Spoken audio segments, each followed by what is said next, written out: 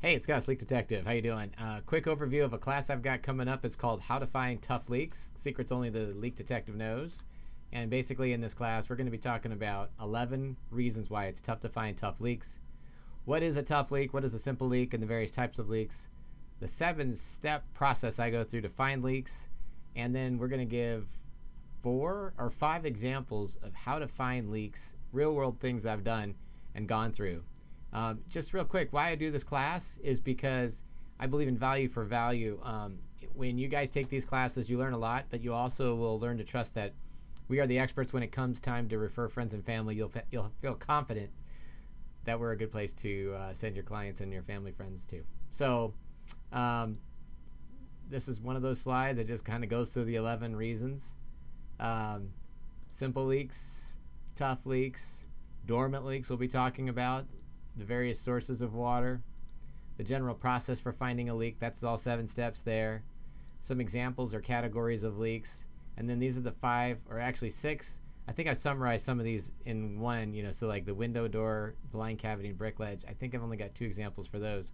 So there's about 5 examples of real tough leak situations. And so we're going to walk through the basics of what does it mean to find a leak, different types of leak, where the water comes from, what a real leak is,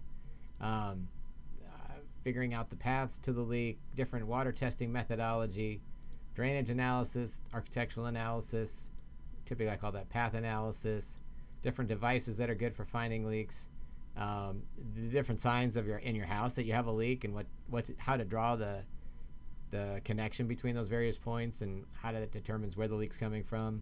Talk about basics of a roof and how that is kind of similar for all leaks. Different problems and how to test different components, including gutters and downspouts. Some fun examples of failed downspouts and extensions. Why that time of concentration is really what it is, I guess, and why it's really important to figuring out a leak. That would include things such as hydrographs and different components of a leak. Flow rates, that's a really critical part of leaks and how to determine that as well. And then we get into those real world examples here in Lincoln of various different projects that I've gotten the pleasure of working on to figure out tough leaks, dormant leaks, or delayed or intermittent leaks, and then the architectural stuff, and water table leaks and springs and things like that, and what do you do when you find something like that, and how do you differentiate between a spring and a not something else that's causing a plumbing related leak, which kind of mirrors or imitates those. And then finally that's the last real world example right there. So thanks for watching this preview of the class. You can sign up by going to eventbrite.com and just look up the Leak Detective, and it'll be my latest class there.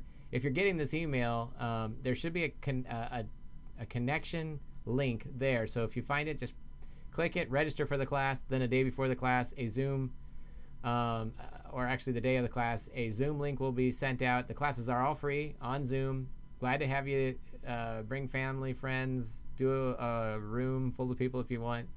Anyway, I'm going to wrap this up. Thanks again for watching this video, and have a good day.